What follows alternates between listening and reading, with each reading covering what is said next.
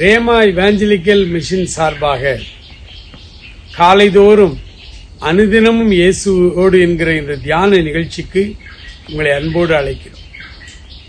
பெரிய வாரத்திலே இது 3வது நாள். ஹிஸ்டாரிக்கல் ஈவெண்டாக இன்று என்ன நடந்தது செவ்வாய்க்கிழமை அப்படின்னு சொல்லி நம்ம பார்க்கும் பொழுது ஆண்டவரிடத்தில் விதவிதமான மக்கள் வித்தியாசமான கேள்விகளை கேட்டார்கள். ஆண்டவர் அவர்கள் எல்லாரையும் பார்த்து ஒரே ஒரு கேள்வி கேட்டார். வேதபாரகர்கள் வந்தார்கள்.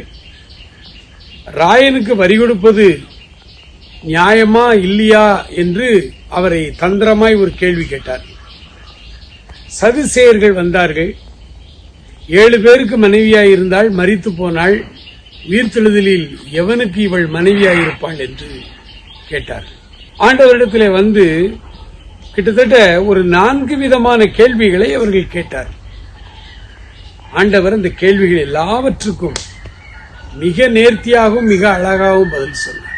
அந்த பதிலை கேட்டவர்களால் மறுபடி பேச முடியாத அளவுக்கு அந்த பதில் போதுமானதாக இருந்தது. ஆனால் ஆண்டவர் இவர்கள் எல்லாரையும் பார்த்து ஒரே ஒரு கேள்வி கேட்டார். யோவான் கொடுத்த ஸ்நானம் தேவனால் உண்டாயிற்றோ மனுஷரால் உண்டாயிற்றோ என்று கேட்டார். அந்த கேள்விக்கு யாரிடத்திலும் இருந்து பதில் இல்லை. அப்ப இந்த ஹிஸ்டாரிக்கல் ஈவென்ட் இது நடந்தது.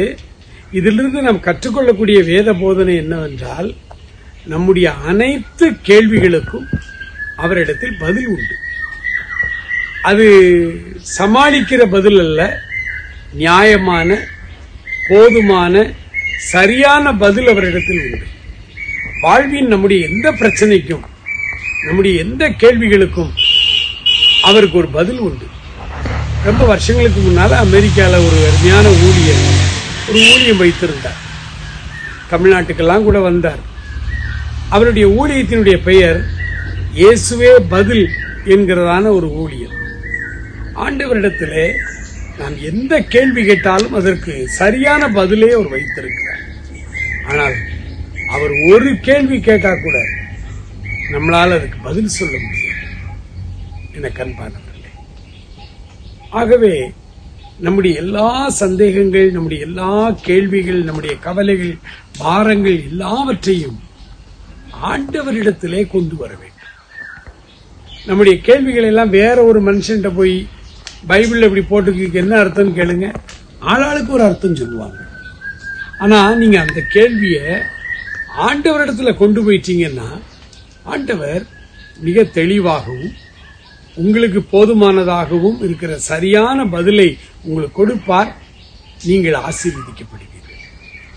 இந்த 3வது நாளிலே எல்லா நம்முடைய கேள்விகளையும் அவரிடத்திலே வைத்து அவரிடத்திலிருந்து பதிலை பெற்றுக்கொள்ள நாம் வேதத்தை கவனமாய் ஆய்வு செய்து படிப்போம். ஆண்டவர் நம்மை ஆசீர்வதிப்பாராக. ஆமென்.